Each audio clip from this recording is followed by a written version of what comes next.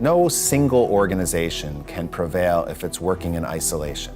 Sierra Club realizes that if we're going to be effective, if we're going to be successful, we're going to need to make sure that we're building coalitions of people who go well beyond the traditional environmental sphere.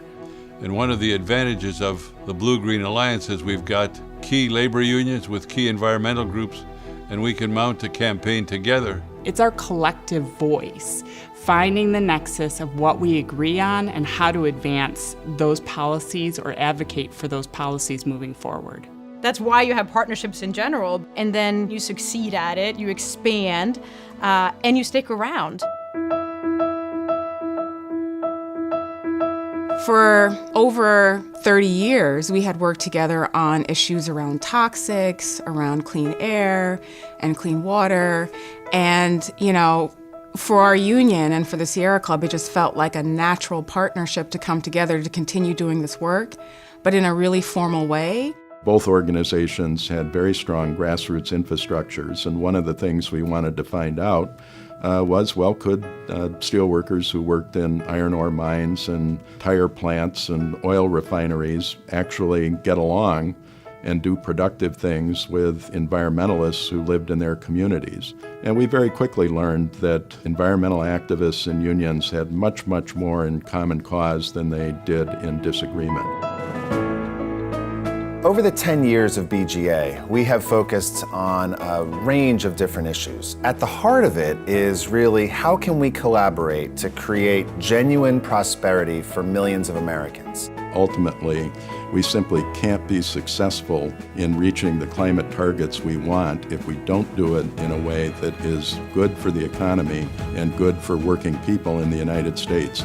There's a number of things that we could do that would create literally hundreds of thousands of jobs in this country by retrofitting our infrastructure, retrofitting our public buildings, rebuilding our energy grid.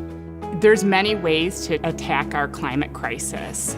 Some of it is very low-hanging fruit. So how do we retrofit schools? How do we retrofit multifamily housing units to ensure that people can achieve not only energy savings, but really restructure and re-advance our infrastructure in this country? We have so much opportunity to do great things when it comes to technologies, when it comes to buy clean, buy America policies, and helping to ensure strong protections in our trade agreements for workers and the environment. There's so much that we have to do, and BGA has a tremendous amount of opportunities to really, really do some great work. When we work together, we gain perspective. And with that perspective comes a realization that our goals and our thoughts aren't that much different. You can't have a good environment if you don't have jobs. You can't have good jobs if you don't have a clean environment. When we sit down at the table with the steel workers or communication workers, and we hear the struggles that union members are facing, it helps us to shape what it is that we're advocating for. And that's where BGA works, because it allows that intimate knowledge. It's tough to learn lessons from people who can be sharp critics of yours, but that's how progress is made. And I think that's really the contribution of the Blue-Green Alliance, to allow the environmental movement to become the very best it can in the 21st century, and for the labor movement to become the strong, relevant advocate for workers' rights in a global economy. With the combined constituent voices of the members of the Blue-Green Alliance, you're talking several million people, and that opens some ears and opens some doors. We can wield great power when we're working together, when labor's talking about environmental issues, when the environmentalists are talking about family-sustaining jobs. And that's what makes me excited to work at BGA, that makes me excited about the future of the organization, and really helps drive our vision moving forward.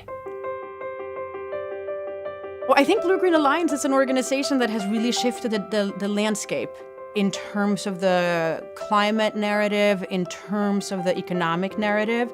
I would say what I'm most proud of is the fact that we've stuck together.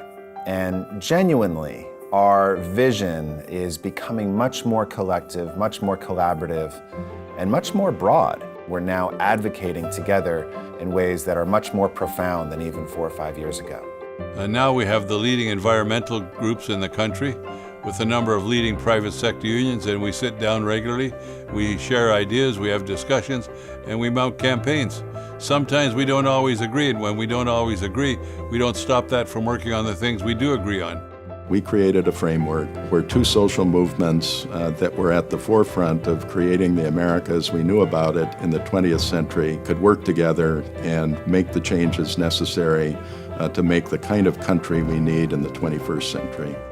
The fact that in 10 years, BGA was able to go from an unknown, weird entity that, got the side eye from members of Congress about, what is this, to an organization that garners a tremendous amount of respect for its policy expertise on a lot of key areas, for its expert staff, and for its ability to bring key stakeholders together to talk about the tough issues. Looking out over the horizon over the next 10 years, we need to really figure out ways to strengthen each other. That is the only way to advance some of our climate goals. It's the only way to advance our middle-class economy. So I'm really excited about what that future holds.